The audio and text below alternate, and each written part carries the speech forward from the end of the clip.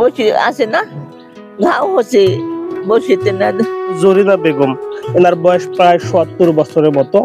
এনার স্বামীকে হারিয়েছেন প্রায় ২০ বছর আগে। ইনি বিভিন্ন শারীরিক সমস্যার জর্জরিত। ইনি ঠিক মতে চলাফেরা করতে পারে না। ইনি যে জায়গাটিতে থাকেন, এই জায়গাটি খুব জরাজীর্ণ অবস্থা, খুব করুণ অবস্থা। আমরা দেখাতে চাই, ইনি যে ঘরটিতে থাকেন, এটি টিন দিয়ে ঘেরা একটি ঘর। এই ঘরটিতে ইনি থাকেন, ভাঙাচুরা ঘর। এই ঘরের থাকার খুব পরিবেশ নাই। ইনি যে জায়গাটিতে থাকেন, এই জায়গাটি হচ্ছে মাটির উপর একটু কাঠ দিয়ে, মাত্র কাঠ দিয়ে যে জায়গাটা করা হচ্ছে, এই জায়গাটিতে ইনি থাকেন।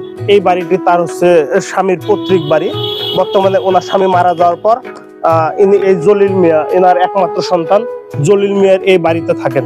এই বাড়িটা খুব বেশি জরাজীর্ণ অবস্থা। দেখেন, টিন দিয়ে ঘেরা, ভাঙাচুরা টিন দিয়ে। উপরে যে টিনগুলো সেগুলো হচ্ছে ভেঙে গেছে। তারপরে এই পাশে যে ঘরটি, এই জায়গায় টিন দিতে না পারে তারা কাপড় ঝুলিয়ে দিয়েছেন।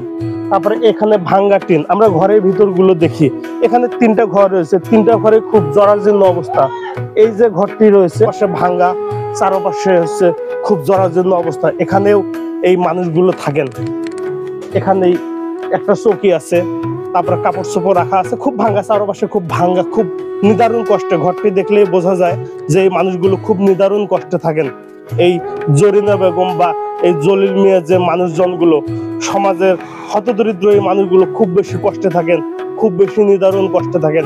নিজের চোখে না দেখলে কেউ বিশ্বাস করতে পারবে না। আমরা কথা বলতে চাই জরিনা বেগমের ছেলে জলিল মিয়ার সঙ্গে। জলিল মিয়া বলছিলেন যে তার মার চিকিৎসা তিনি দীর্ঘদিন করিয়েছেন। বর্তমানে অর্থনৈতিক সংকট, এ কারণে তার মার চিকিৎসা করাতে পারে না। চিকিৎসা করছি, আর মানুষ দেয় না। এখন আমরা খুবই অভাবে আছি। আমার স্বামী কাজ করতে পারে না, আমার স্বামীর অসুস্থ।